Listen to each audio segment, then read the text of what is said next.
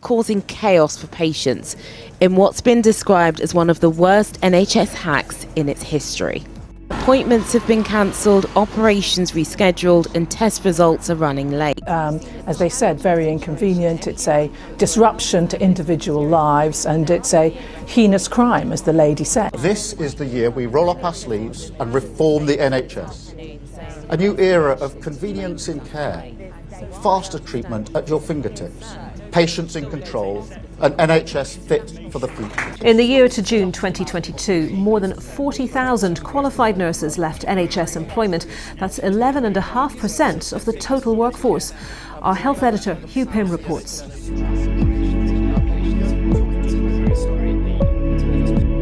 In the early 2000s, the National Health Service, or NHS, was facing a technological crisis.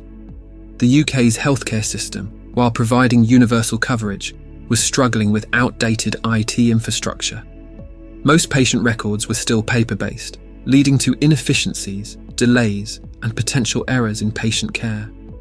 Hospitals and clinics across the country were using a patchwork of different computer systems, many of which couldn't communicate with each other. This fragmentation meant that a patient's medical history couldn't easily follow them from one healthcare provider to another, creating gaps in care and often requiring redundant tests and procedures. It was in this context that the UK government announced the National Programme for IT, or NPFIT, in 2002. This ambitious project was designed to revolutionise the way the NHS used technology. However, as we'll see in the next part of our story, these plans would soon face significant hurdles, setting the stage for what would become one of the most expensive IT failures in government history. Welcome to the Discovery Clock series.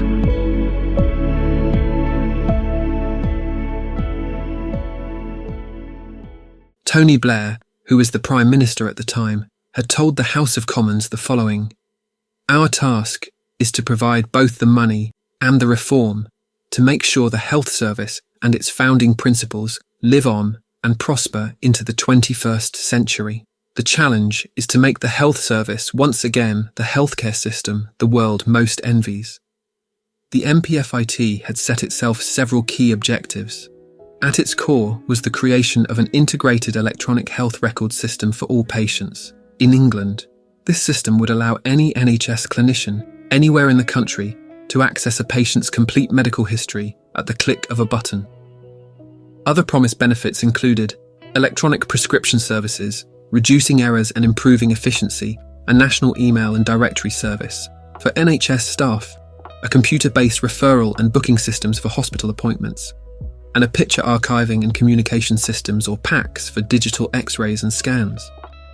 The government claimed these changes would lead to faster, more efficient healthcare delivery, reduced waiting times, and improved patient safety.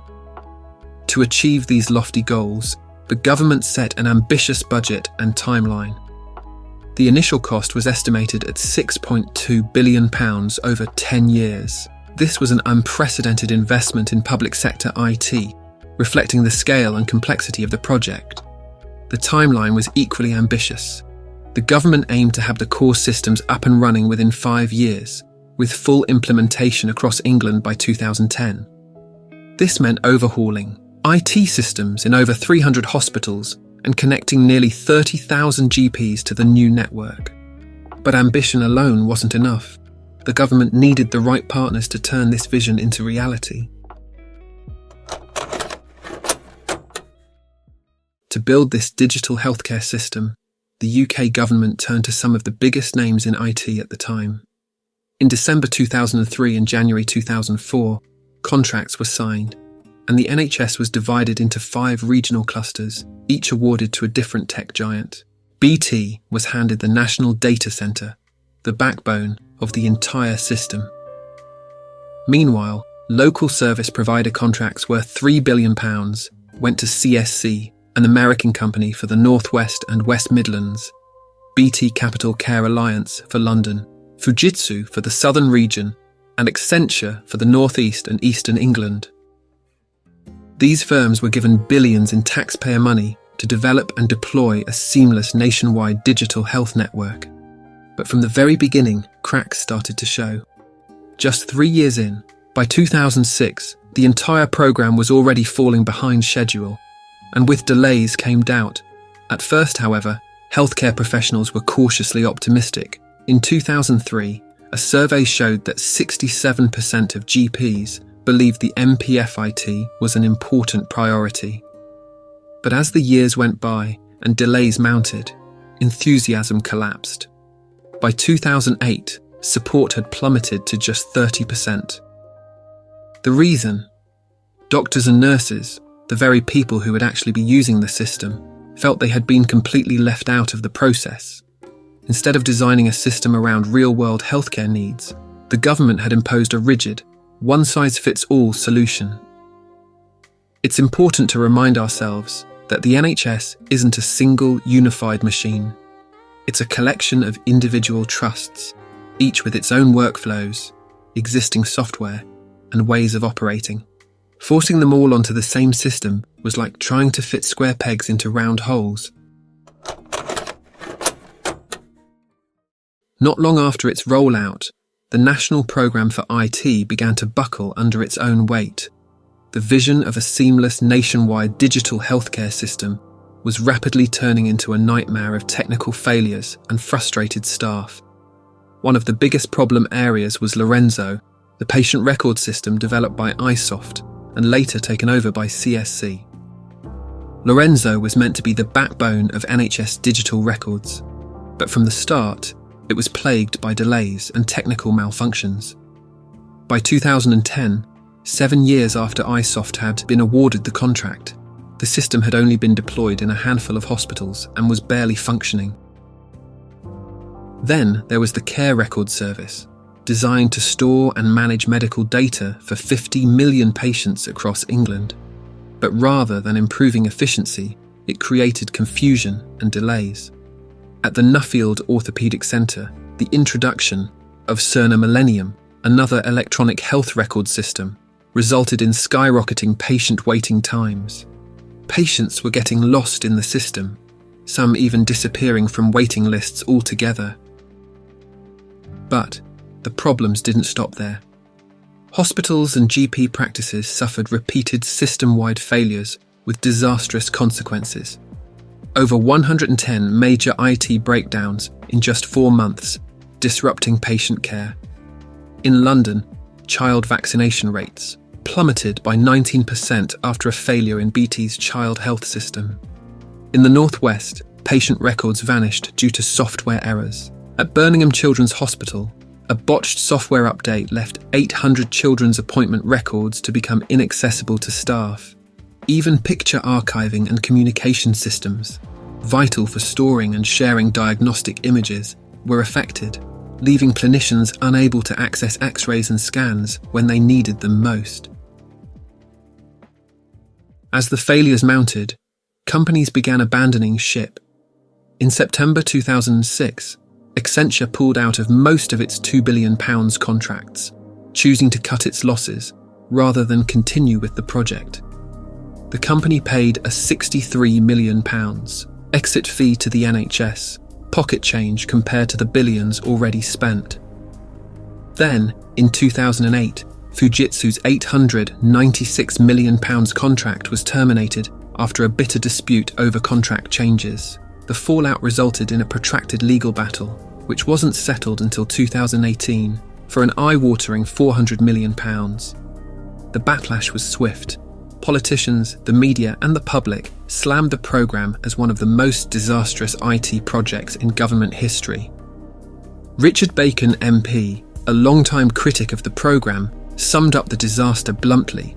In many respects, the NHS IT programme is making things worse, not better, while sowing distrust and disillusionment across the health service.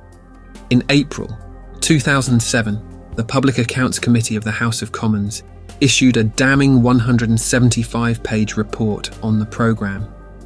The committee chairman, Edward Lee, claimed, "This is the biggest IT project in the world, and it is turning into the biggest disaster." The report concluded that despite a probable expenditure of £20 billion, at the present rate of progress, it is unlikely that significant clinical benefits will be delivered by the end of the contract period. By 2011, the NHS Confederation released another report comparing NHS technology to a pre-industrial handicraft industry. The report highlighted how the MPFIT had not only failed, but had also left behind a deep scepticism about digital transformation in the NHS. Calls and GPs driving the sickest to hospital because ambulances aren't coming. Everybody, you come to do this job because you want to make a difference. You care. And if you can't, or if you're trying to and you can see that things aren't letting that happen, and you can see that there are people who are going to go and become worse, you want to shout and say, stop, what is going on? Why is this going on now? But nobody's listening. The government today says it is listening, recruiting record numbers of doctors and putting record levels of funding into the service.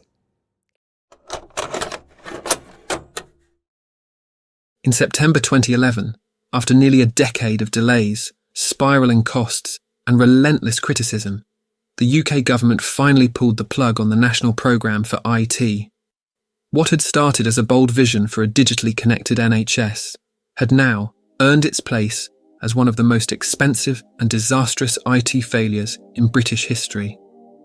But just because the programme was dismantled didn't mean the spending stopped.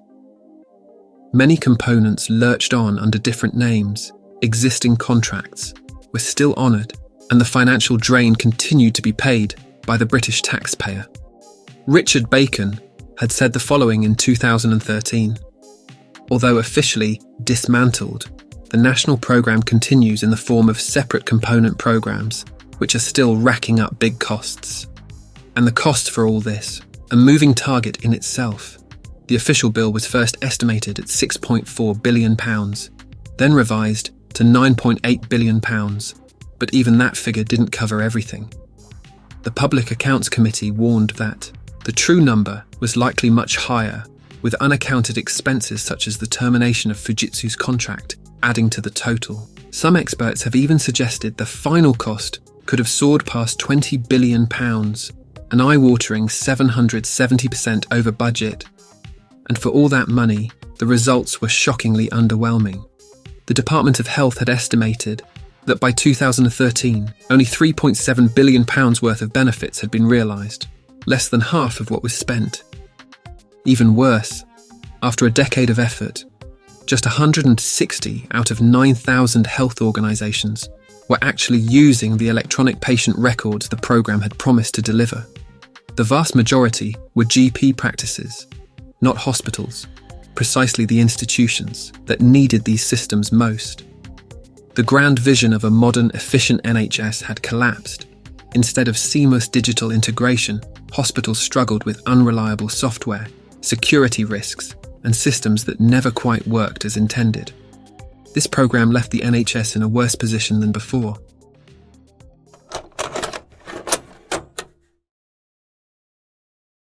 More than a decade after the NHS IT programme was scrapped, one question still lingers. Has anything really changed? Despite billions spent, the dream of a fully digital healthcare system in the UK still feels frustratingly out of reach. The tragic case of Darnell Smith highlights how critical IT failures can be. Darnell, a 22-year-old with complex medical needs, was admitted to the Royal Hallamshire Hospital in Sheffield on November 7, 2022. His care plan required hourly observations, but due to a system failure, his records weren't visible in the hospital's digital system. Instead of receiving urgent monitoring, his vital signs were checked just once in 12 hours. The consequences were sadly fatal. He was moved to the critical care unit and was placed in an induced coma. Tragically, Darnell passed away from pneumonia on November 23, 2022. This wasn't an isolated case. Across the NHS, hospitals still rely on a patchwork of outdated, incompatible, and highly vulnerable IT systems. And when these systems fail, it becomes a hacker's playground. 2 major cyber attacks in recent years exposed just how vulnerable the NHS's patient data and hospital operations really are. In May 2017, the WannaCry ransomware attack crippled the NHS, locking out hospitals and GP practices. 1/3 of trusts were affected, 20,000 appointments cancelled, and A&E departments forced to turn patients away. With no tested cyber defence, the NHS was left wide open and paid the price. Thousands of those have proved to be infected, so logistically it's a huge job to get those back online, and it's quite disabling for the service in the short term. Hundreds of miles away, it was a similar story at the Royal London Hospital, with some outpatients still being turned away this morning. I come up here for a scan, and which I have to have normally, and just said cancelled. He should have had a blood test this morning, but obviously, you know, the computer's being down. They can't do it because they can't get the results on the screens or anything. In total, 47 NHS trusts were infected on Friday. 7 are still getting extra IT support now. Today, the government denied ignoring warnings that NHS IT systems are vulnerable and underfunded. The Health Secretary spoke for the first time since the attacks and said we all need to be careful. In particular, making sure that our data is properly backed up and making sure that we are using the software patches, the antivirus patches that are sent out regularly by manufacturers, and these are things that we can all do. The question is why some trusts who had access to that security patch last month hadn't installed it. Others were using old operating systems with no protection. Experts say we can't afford not to be proactive. Fast forward to June 2024, a ransomware attack on Synovis, a pathology provider, stole 400 gigabytes of patient data, leaking it onto the dark web. Over 3,000 appointments were disrupted. Blood test delays risked lives, and the financial toll hit £32.7 million. Sensitive NHS records were now in the hands of the criminals. Despite its history of failure, the UK government hasn't given up on digitising the NHS. The latest initiative, the Global Digital Exemplars (GDE) programme, promises a more unified and secure system. But after decades of mismanagement, cost overruns and repeated failures, the reality is clear. Instead of unifying the NHS, past IT projects have left it more fragmented than ever. The NHS IT disaster isn't just a cautionary tale that must be left in the past. It's a masterclass in how not to spend public money.